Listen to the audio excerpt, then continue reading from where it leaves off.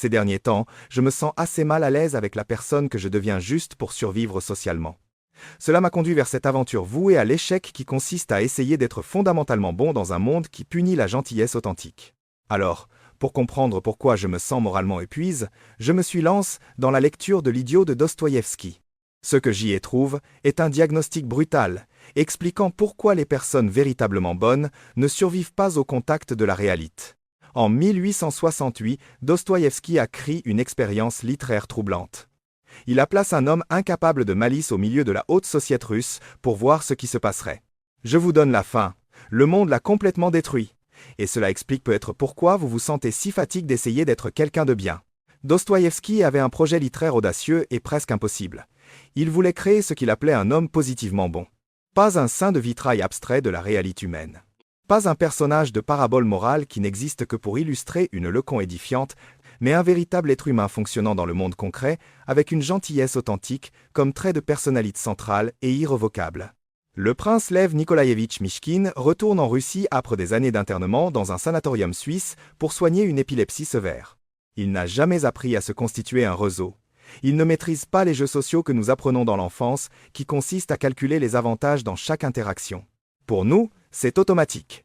Pour lui, c'est impossible. Il est tout simplement incapable de méchanceté de la même manière que vous ou moi sommes incapables de voler par la seule force de notre volonté. Remarquez le mot que j'ai choisi, incapable. Il ne choisit pas de ne pas être malveillant comme un exercice de développement moral. Il n'essaie pas d'être bon comme un projet de développement personnel que l'on commence en janvier pour l'abandonner en mars. Il ne peut littéralement pas penser en termes de manipulation, d'avantages stratégiques ou de mensonges sociaux nécessaires pour préserver l'harmonie ou protéger un statut. Lorsqu'il rencontre quelqu'un pour la première fois, il voit un être humain complet. Quand quelqu'un raconte une histoire, il y croit par défaut sans ce cynisme protecteur que nous développons tous. Lorsqu'il est témoin de la souffrance, il ressent une compassion automatique et réflexe sans passer par les filtres internes qui se demandent si cette personne mérite son empathie. Ou bien si aider dans cette situation lui coûtera quelque chose qu'il ne veut pas payer. Et le monde le qualifie d'idiot, non pas comme une métaphore littéraire, mais littéralement, concrètement. Dès les premières pages, tout le monde traite Mishkin comme un déficient mental. La famille qui le reçoit le traite avec la condescendance, réservée aux enfants ou aux personnes ayant de graves limitations cognitives. Ses connaissances parlent de lui à la troisième personne, même lorsqu'il est présent dans la pièce. Les étrangers supposent qu'ils peuvent facilement le tromper, qu'ils peuvent exploiter sa naïveté. Mais il n'est pas stupide. Au contraire, il est étonnamment éloquent, profondément éduqué en art et en philosophie européenne, et capable d'analyses psychologiques si précises sur les gens qui l'entourent qu'il les met fréquemment mal à l'aise par la justesse de sa perception. Alors pourquoi cette classification ? Parce qu'il est fondamentalement incapable des trois compétences que notre civilisation considère comme des signes d'intelligence sociale fonctionnelle, à savoir la malice stratégique, le calcul des avantages et les mensonges d'autoconservation. Il fait confiance aux gens, sans qu'aucun antécédent ne justifie cette confiance. Il croit au bien même lorsque toutes les preuves empiriques pointent vers l'intérêt personnel déguisé en vertu. Il ne se défend pas lorsqu'il est attaqué parce qu'il n'interprète tout simplement pas le conflit humain comme un jeu à somme nulle où il doit détruire l'autre pour garantir sa propre survie. Dans la logique du monde, pas spécifiquement le monde russe du XIXe siècle, mais le monde en tant que système social qui se perpétue à travers les générations. Ce n'est pas une vertu admirable, c'est une pathologie dangereuse qui doit être contenue.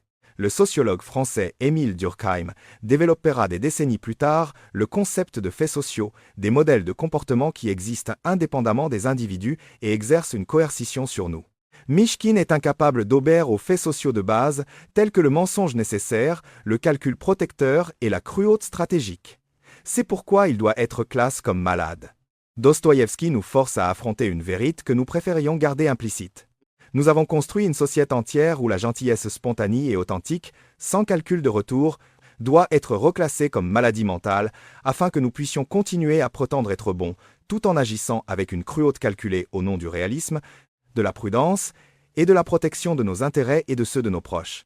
Pensez à la façon dont vous vous comportez lors d'une réunion de travail importante où les décisions affectent des carrières.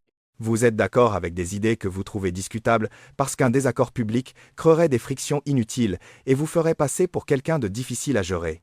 Vous faites l'éloge de projets médiocres, voire contre-productifs, parce que la politique interne de l'organisation exige des démonstrations de soutien mutuel. Vous ne dites pas certaines vérités évidentes parce que ce n'est pas le bon moment ou parce que cela ne serait pas stratégique pour votre position. Ce n'est pas du cynisme, ni de la faiblesse morale. C'est une compétence sociale de base qui sépare les professionnels à succès des idéalistes au chômage. C'est ainsi que les adultes fonctionnels opèrent dans le monde réel, dans des couches simultanées de vérité et de performance. Toujours en train de calibrer ce qui peut être dit par rapport à ce qui doit rester implicite. Mais imaginez maintenant quelqu'un dans cette même réunion qui dit simplement ce qu'il pense sans filtre politique. Qui croit littéralement ce que disent les autres au lieu d'interpréter, à travers des couches de sens implicites. Qui ne comprend pas pourquoi tout le monde prétendrait être d'accord alors qu'ils sont intérieurement en désaccord. Votre première évaluation serait que cette personne a un problème neurologique, qu'elle ne survivra pas ici, et vous auriez raison. Parce que Dostoïevski posait une question philosophique déguisée en roman psychologique. Et si toute la structure que nous appelons la société civilisée était fondamentalement incompatible avec la gentillesse non stratégique? Et si toutes nos institutions, du marché du travail aux relations amoureuses, de la politique démocratique à la production culturelle, étaient construites sur la prémisse tacite que chacun joue un certain niveau de vertu tout en poursuivant son intérêt personnel, et que la personne qui ne participe pas à cette performance collective brise le système entier de coordination sociale. Mishkin entre dans la haute société de Saint-Pétersbourg. Un monde d'étiquettes impeccables transmises à travers des générations, de charites performatives qui remplit les chroniques mondaines des journaux, de discussions philosophiques abstraites dans des salons littéraires où les intellectuels débattent de la morale pendant que des serviteurs invisibles circulent avec du champagne français. Tout le monde suit les codes rigides de la bonne société. Ils font preuve de compassion envers les pauvres tant qu'ils restent abstraits, lointains, des objets de charité institutionnelle et non des êtres humains concrets demandant une aide personnelle. Ils discutent de morale et de réforme sociale tant que cela n'exige pas de changer les structures qui garantissent leurs privilèges. Ils valorisent l'honneur et les principes tant que cela sert leurs intérêts personnels à long terme. Le sociologue américain Thorstein Veblen, contemporain tardif de Dostoïevski, inventera le terme de consommation ostentatoire pour décrire comment les classes supérieures affichent leur statut par des dépenses tape à l'œil. Mais Dostoïevski voit quelque chose de plus profond. La haute société ne se contente pas de consommer la richesse de manière ostentatoire, elle consomme ostensiblement la vertu. La moralité devient une marchandise, les démonstrations publiques augmentent le capital social, tandis que le véritable sacrifice reste facultatif. Mais confronte à une gentillesse concrète et non performative, comme lorsque Mishkin traite Nastasia, une femme au passe-marque par la société, avec exactement la même dignité qu'il traite la princesse Aglaya, pardonnant les offenses graves sans rien attendre en retour, ou même sans réaliser qu'ils méritent de la gratitude, aimant les gens sans calculer le retour émotionnel ou social. Ces virtuoses des salons révèlent alors leur véritable structure morale. Ils sont cruels lorsque la cruauté protège leur position. Ils sont calculateurs lorsqu'ils ont besoin de préserver leur statut. Ils sont égoïstes lorsque la véritable générosité coûte quelque chose de matériel ou entache leur réputation. Il y a une scène révélatrice au début du roman qui établit toute la dynamique. Mishkin visite la maison de la famille Ivolgin, où tout le monde exécute la politesse aristocratique avec une précision chorégraphie. Gania, un homme de 28 ans consume par l'ambition sociale mais coince dans un poste bureaucratique médiocre, est activement forcé par sa propre famille d'épouser Nastasia Filipovna, une femme dont la réputation a été irrévocablement ternie par des années en tant que maîtresse d'un riche noble, mais qui apporte maintenant une généreuse dot de 75 000 roubles qui sauverait la famille Ivolgin d'une ruine financière imminente. Le mariage est une transaction évidente, tout le monde sait, mais personne ne dit que son argent achetait sa respectabilité à lui, cependant, ils appellent cela l'amour et l'honneur. Tout le monde, dans la pisse, sait exactement ce qui se passe.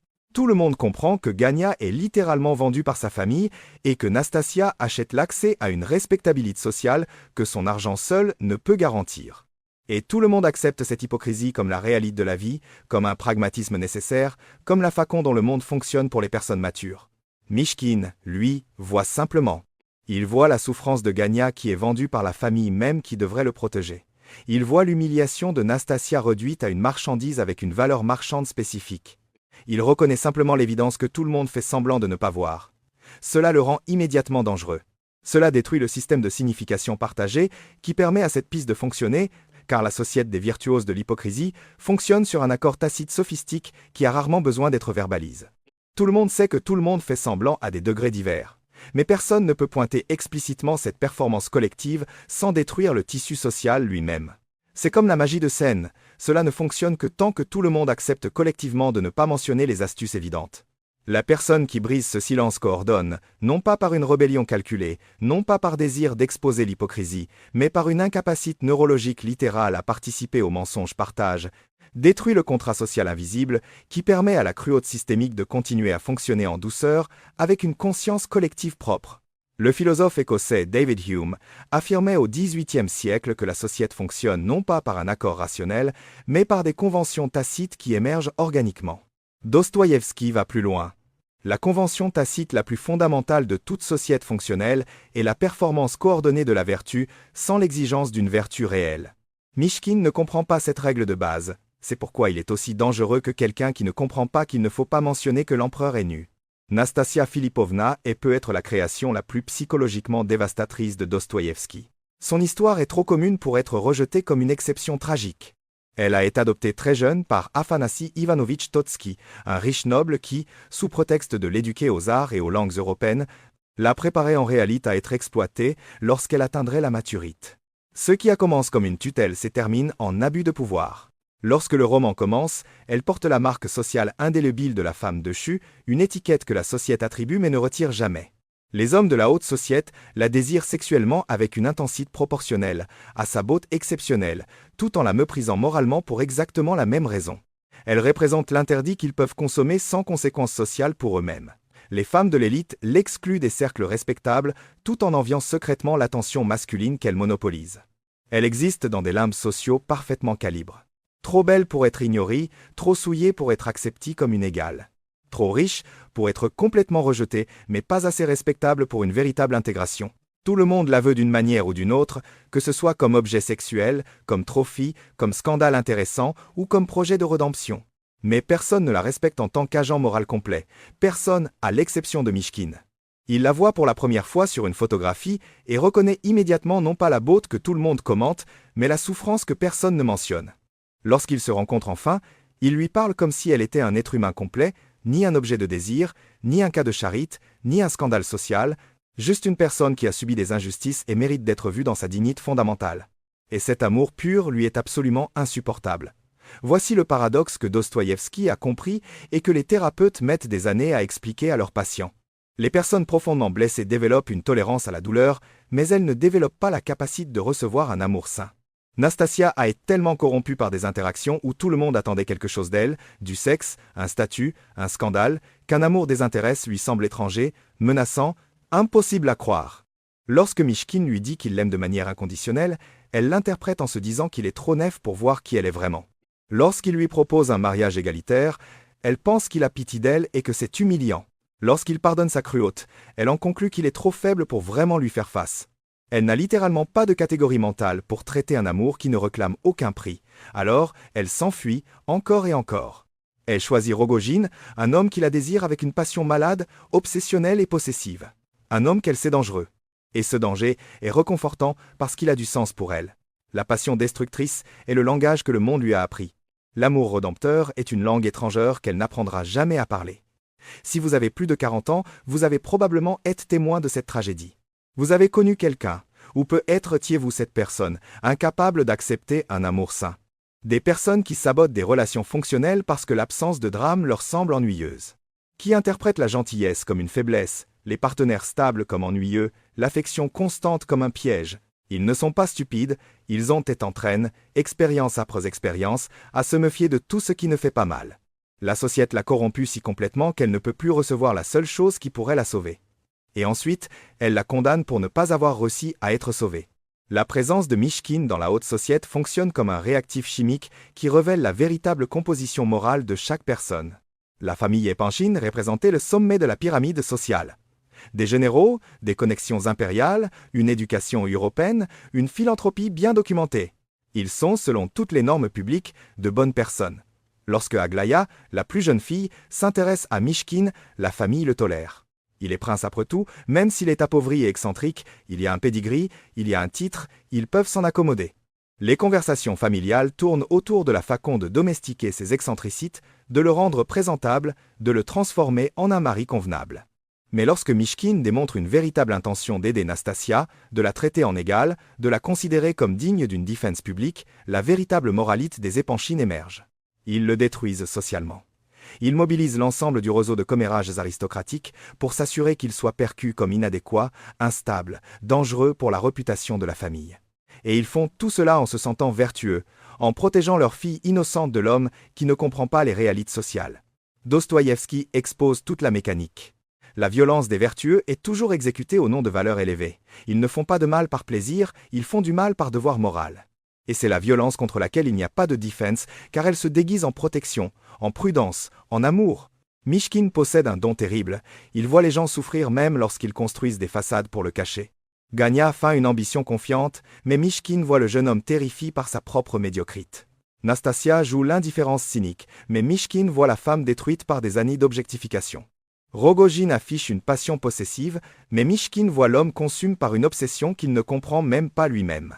Et il offre de la compassion, pas des conseils non sollicites, pas des jugements moralisateurs déguisés en inquiétude, juste de la reconnaissance. Je vois ta souffrance, tu n'es pas seul à la vivre. Cela devrait être un geste de gentillesse, mais cela fonctionne comme une violation. Les gens ont droit à leur masque. Nous passons des années à construire des personas qui fonctionnent dans le monde, des versions éditées de nous-mêmes qui peuvent opérer sans exposer toute la complexité douloureuse que nous portons intérieurement. Lorsque quelqu'un voit à travers ces masques sans permission, même avec de pures intentions, c'est invasif. Imaginez que vous traversez une profonde crise existentielle, des doutes sur votre travail, votre mariage, vos choix de vie, mais que vous devez fonctionner. Alors, vous mettez le masque de la personne qui va bien, vous allez au travail, vous souriez dans les rognons, vous répondez que tout va pour le mieux quand on vous le demande. Et puis, quelqu'un vous regarde dans les yeux et vous dit que vous n'allez pas bien et qu'il le voit. Même si c'est vrai, même si c'est dit avec gentillesse, il y a une violation dans cet acte. Vous n'avez pas autorisé à être vu de cette façon. Mishkin ne comprend pas cette limite. Sa compassion est involontaire, automatique. Il ne peut pas s'empêcher de voir, ne peut pas s'empêcher de s'en soucier. Et cela fait que les gens le détestent, non pas malgré sa gentillesse, mais à cause d'elle. Lorsque la gentillesse ignore le droit des gens à cacher leur douleur, elle devient une violence. C'est là tout le paradoxe. Dostoïevski pose ici une question philosophique sophistiquée. Peut-il y avoir une compassion qui respecte l'autonomie ? Ou bien, chaque tentative de voir et d'aider véritablement l'autre envahit-elle nécessairement des espaces que la personne a le droit de garder prive ? Une réponse facile serait pratique. Ce que nous avons, c'est la reconnaissance brutale que même la vertu pure blesse lorsqu'elle ignore les limites que les gens établissent pour s'auto-préserver. Et nous arrivons ici à la vérité la plus dure de l'idiot. Mishkin, avec toute sa gentillesse authentique, ne sauve personne. Nastasia connaît son destin tragique aux mains de Rogojin. Rogojin finit condamné à la prison en Sibérie. Aglaya, blessée par le rejet de Mishkin, épouse impulsivement un aventurier polonais qui la trompe et l'abandonne. Gania reste piège dans une médiocrité grise, n'atteignant jamais les ambitions pour lesquelles il a sacrifié sa dignité. Le jeune piachtisique nihiliste que Mishkin tente de consoler meurt dans le désespoir sans jamais trouver le sens qu'il cherchait. Tous ceux que Mishkin essaie d'aimer, de comprendre, de racheter, tous sont détruits ou s'autodétruisent. Sa gentillesse ne fonctionne pas. Sa gentillesse est authentique, mais la gentillesse individuelle ne bat pas les structures construites sur la cruauté systémique. Dostoïevski détruit le fantasme réconfortant qui imprègne notre culture. L'idée que la gentillesse gagne à la fin, que l'amour triomphe de tout, qu'être une bonne personne suffit. De formule, il n'y en a pas. Vous faites tout bien et vous regardez quand même ceux que vous aimez se détruire. Parce que le monde ne fonctionne pas comme un conte de fils moral, les bonnes intentions ne garantissent pas de bons résultats. L'amour pur ne guérit pas les profondes blessures sociales. La compassion individuelle ne démantèle pas les systèmes d'oppression. Cette perception devrait être libératrice, mais elle est dévastatrice car elle signifie qu'il n'y a pas de chemin clair. Vous pouvez tout faire correctement d'un point de vue moral et ne pas réussir à sauver ceux que vous aimez. La gentillesse cesse d'être une garantie de résultat et devient simplement un choix que vous faites en sachant que ce ne sera probablement pas suffisant. À l'âge mûr, ce n'est plus une théorie, c'est une cicatrice. Ils ont essayé de sauver leur partenaire de l'addiction, ils ont échoué. Ils ont essayé de sauver leur enfant de choix destructeurs, ils ont échoué. Ils ont essayé de reformer des institutions corrompues de l'intérieur, ils ont échoué. Et puis, ils doivent affronter cette question, si la gentillesse ne garantit pas de résultat, à quoi sert-il d'être bon ? Dostoïevski n'offre pas de réponse réconfortante, juste une observation. Peut être que le but n'est pas de gagner. Peut être que c'est juste d'être témoin. D'être présent dans la souffrance des autres, sachant que vous ne pouvez pas l'éliminer. D'offrir de la compassion en sachant qu'elle pourrait ne pas être acceptée. D'essayer en sachant que vous échouerez probablement. Parce que l'alternative, le cynisme complet, l'abandon de toute tentative, c'est de se rendre au monde exactement tel qu'il est sans même y opposer de résistance. L'épilepsie de Mishkin fonctionne comme bien plus qu'un détail biographique. Dostoïevski, lui-même épileptique, utilise cette condition comme une métaphore spirituelle.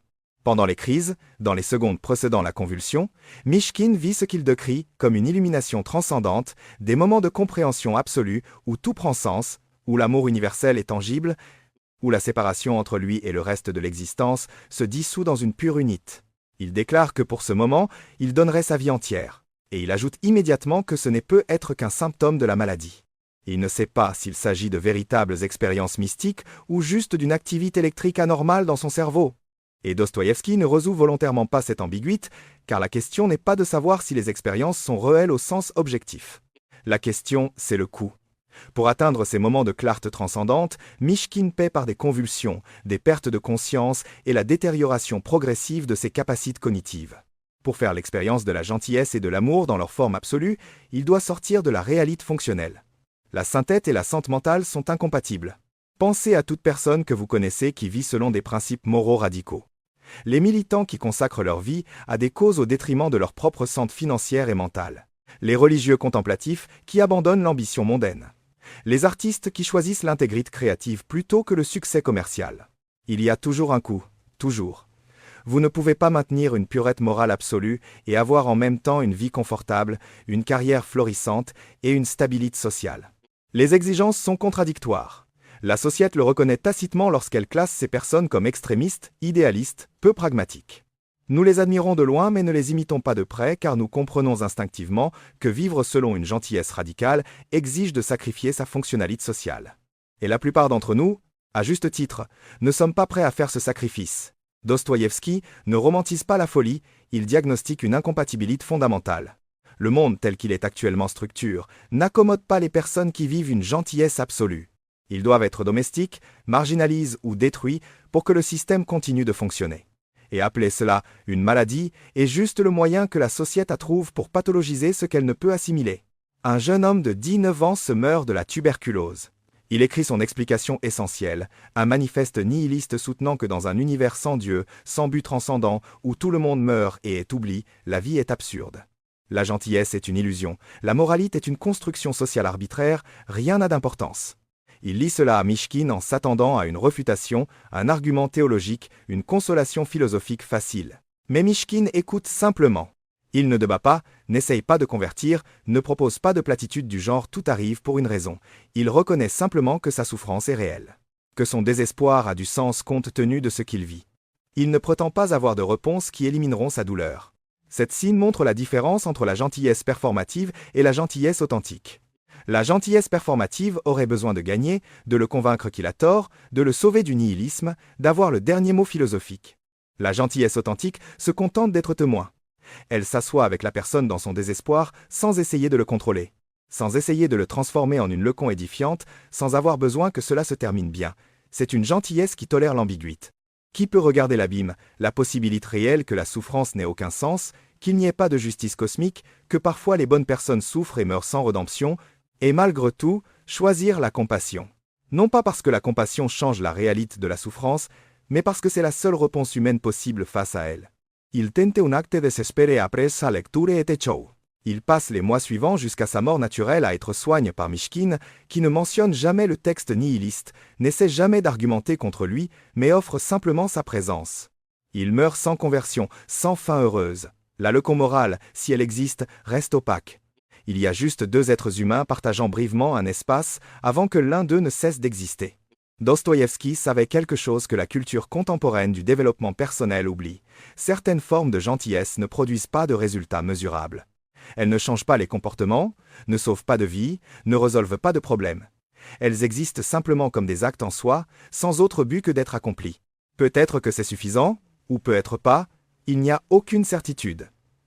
Lors d'une soirée chez les Épanchines, Mishkin a une crise d'épilepsie en public. Jusque-là, la haute société tolérait ses excentricités. Il était le prince un peu étrange mais inoffensif, source d'anecdotes curieuses. Mais dans la crise, il perd complètement le contrôle physique, oscillant entre lucidité et incohérence. Il cesse d'être un divertissement et devient un embarras. La preuve qu'il y a quelque chose de véritablement anormal, imprévisible, dangereux. La réaction est immédiate. Les mêmes personnes qui, quelques jours auparavant, jouaient l'affection pour ce cher prince excentrique, lui tournent le dos. Les conversations sont écourtées, les visites sont annulées, les invitations cessent d'arriver. En l'espace de quelques semaines, il est complètement exclu des cercles sociaux qui semblaient l'avoir accepté. Dostoïevski expose toute la mécanique de la charite performative. La société ne tolère la différence que tant qu'elle est décorative, contrôlable et pas trop dérangeante. Elle tolère l'idiot charmant qui dit des vérités naïves mais fondamentalement inoffensives. Elle ne tolère pas la vraie maladie, la vulnérabilité incontrôlable, la souffrance qui exige une véritable réponse au lieu d'une sympathie abstraite. Pensez à la façon dont nous traitons les personnes souffrant de handicaps mentaux, de maladies chroniques, de conditions qui perturbent l'ordre social. Nous mettons en scène l'inclusion dans des campagnes de sensibilisation, nous utilisons un langage politiquement correct, nous disons que chacun mérite la dignité. Mais confronte à la réalité désordonnée, aux comportements imprévisibles, aux besoins constants, à l'incapacité de rendre l'appareil socialement, la plupart des gens s'éloignent.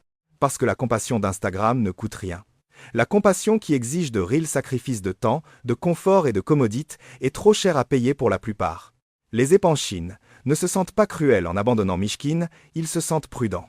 Après tout, il a besoin de soins professionnels et il ne serait pas juste pour Aglaya de l'allier à quelqu'un de si instable. Nous avons fait ce que nous avons pu, mais il y a des limites. Il y a toujours un récit rationnel disponible pour justifier l'abandon. Et Dostoïevski ne les dépeint pas comme des méchants ou très grossiers. Il les dépeint comme des gens ordinaires faisant des choix ordinaires d'autoconservation sociale, ce qui rend la critique d'autant plus dévastatrice, car cela signifie que nous sommes tous des épanchines. Nous avons tous des limites quant à la quantité de souffrance d'autrui dont nous sommes prêts à être témoins avant de nous éloigner pour protéger notre propre tranquillité. Rogojine, consume par une passion obsessionnelle et une jalousie pathologique, apporte un destin tragique à Anastasia. Mais Dostoïevski ne présente pas cela comme un simple crime passionnel. Il construit la scène avec une ambiguïté troublante. Nastasia passe tout le roman à fuir Mishkin pour retourner vers Rogojine. Elle savait, et tout le monde savait, que Rogojine en était capable. Elle a choisi ce danger à plusieurs reprises. Mais pourquoi ? Dostoïevski suggère que c'est parce que cette fin, aux mains de la passion obsessionnelle, avait du sens pour elle. C'était cohérent avec le récit que le monde lui avait imposé. La femme déchue, le dangereux objet de désir, la femme fatale qui détruit les hommes et est détruite par eux. Être sauvé par l'amour pur de Mishkin aurait signifié vivre dans une incohérence permanente.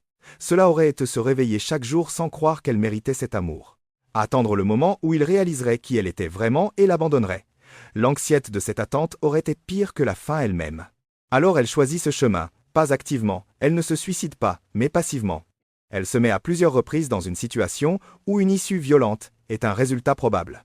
Et quand cela arrive enfin, il y a presque un soulagement dans l'inévitabilité. C'était toujours la fin possible. Maintenant, au moins, elle n'a plus à l'attendre. Dostoïevski travaille avec un concept que la psychologie ne formalisera que des décennies plus tard, la compulsion de répétition. Les personnes traumatisées ont tendance à recréer des schémas qui les blessent parce qu'au moins, ce sont des schémas connus. La maltraitance familiale est terrifiante, mais prévisible. L'amour sain est réconfortant, mais étranger. Et la peur de l'inconnu peut être plus grande que la peur de la douleur familière. Certaines personnes ont été si complètement détruites par le monde que l'autodestruction est le seul récit cohérent qu'elles puissent accepter. Et la société qui les a détruites condamne ensuite leur incapacité à être sauvées comme un échec moral personnel. Nous lui avons donné tant de chance, il ne voulait tout simplement pas d'aide, si elle voulait vraiment changer, elle le ferait, comme si la volonté individuelle suffisait contre des années de conditionnement traumatique. Après ce qui se passe, Mishkin trouve Rogojine assis à côté du corps de Nastasia. La scène est l'une des plus troublantes de la littérature mondiale. Rogojine est dans un état de choc dissociatif, oscillant entre lucidité et délire fiévreux. Mishkin pourrait crier, appeler les autorités, réagir avec horreur et condamnation morale. Ce serait la réponse socialement appropriée et attendue. Au lieu de cela, il s'allonge à côté de Rogojine. Il lui tient la main.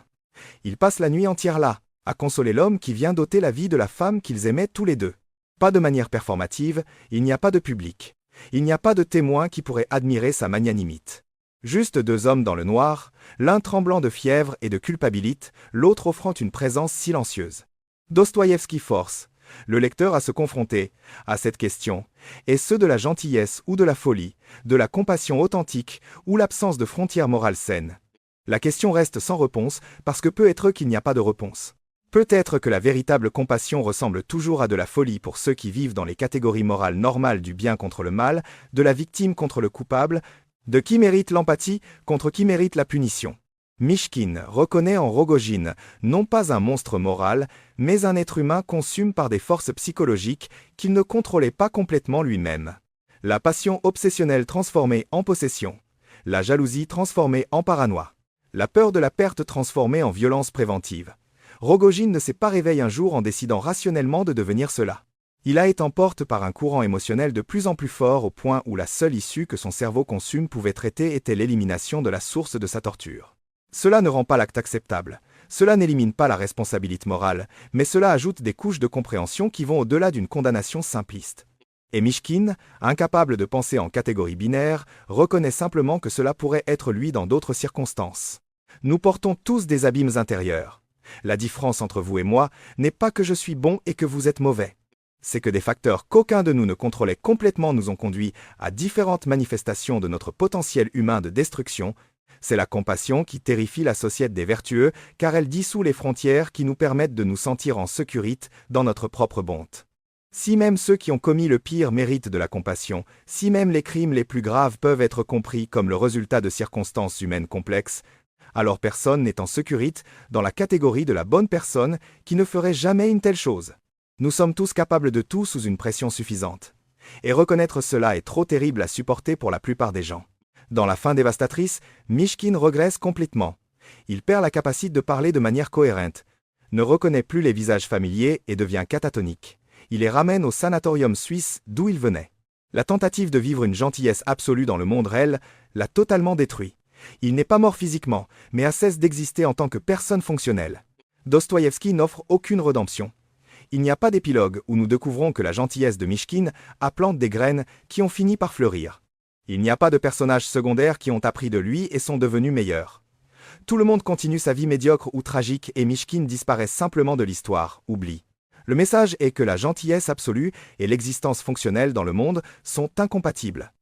Vous pouvez choisir l'un ou l'autre, mais pas les deux. Soit vous compromettez suffisamment vos idéaux moraux pour naviguer dans la réalité sociale en apprenant quand mentir, quand être cruel, quand vous protéger aux dépens des autres, soit vous maintenez votre pureté morale et êtes écrasé par la machinerie sociale qui n'a pas été construite pour accueillir des saints. Ceux qui ont vécu assez longtemps savent déjà que la gentillesse ne garantit pas de résultats. Ils ont déjà cédé sur des principes qu'ils juraient non négociables. Ils ont déjà agi avec la cruauté nécessaire. Ils ont déjà choisi le silence quand ils auraient dû parler, ou leur propre sécurité quand ils auraient dû prendre des risques.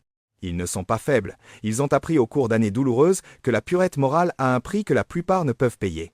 L'isolement social, l'instabilité financière, le coût émotionnel constant de vivre à contre-courant, et puis vient la question qui hante. Si nous ne pouvons pas être absolument bons, quelle version de la gentillesse est possible ? Si nous devons mentir parfois, être stratégiques parfois, nous protéger parfois, où traquons-nous la ligne ? Jusqu'où pouvons-nous faire des compromis avant de devenir les mêmes personnes que nous critiquons ? Dostoïevski n'a pas de réponse. L'idiot n'est pas un livre de développement personnel avec 5 étapes vers une gentillesse durable. C'est le diagnostic d'une condition humaine sans remède. Mais il y a peut-être de la sagesse à accepter cela, à reconnaître que la gentillesse n'est pas un état que vous atteignez et maintenez, mais une série de choix imparfaits que vous faites jour après jour, en sachant que vous échouerez constamment. Peut-être que la seule gentillesse honnête reconnaît sa propre impossibilité, sans performance de pureté, sans prétendre avoir des réponses qu'elle n'a pas, sans se sentir supérieure à ceux qui ont échoué différemment. La gentillesse avec une humilité radicale.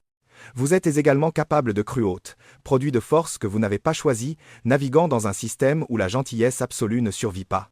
Mishkin n'a pas réussi à sauver ceux qu'il aimait, mais il a essayé. Il a vu la souffrance et n'a pas tourné le dos par commodité. Il a été témoin des abîmes humains sans se sentir moralement supérieur.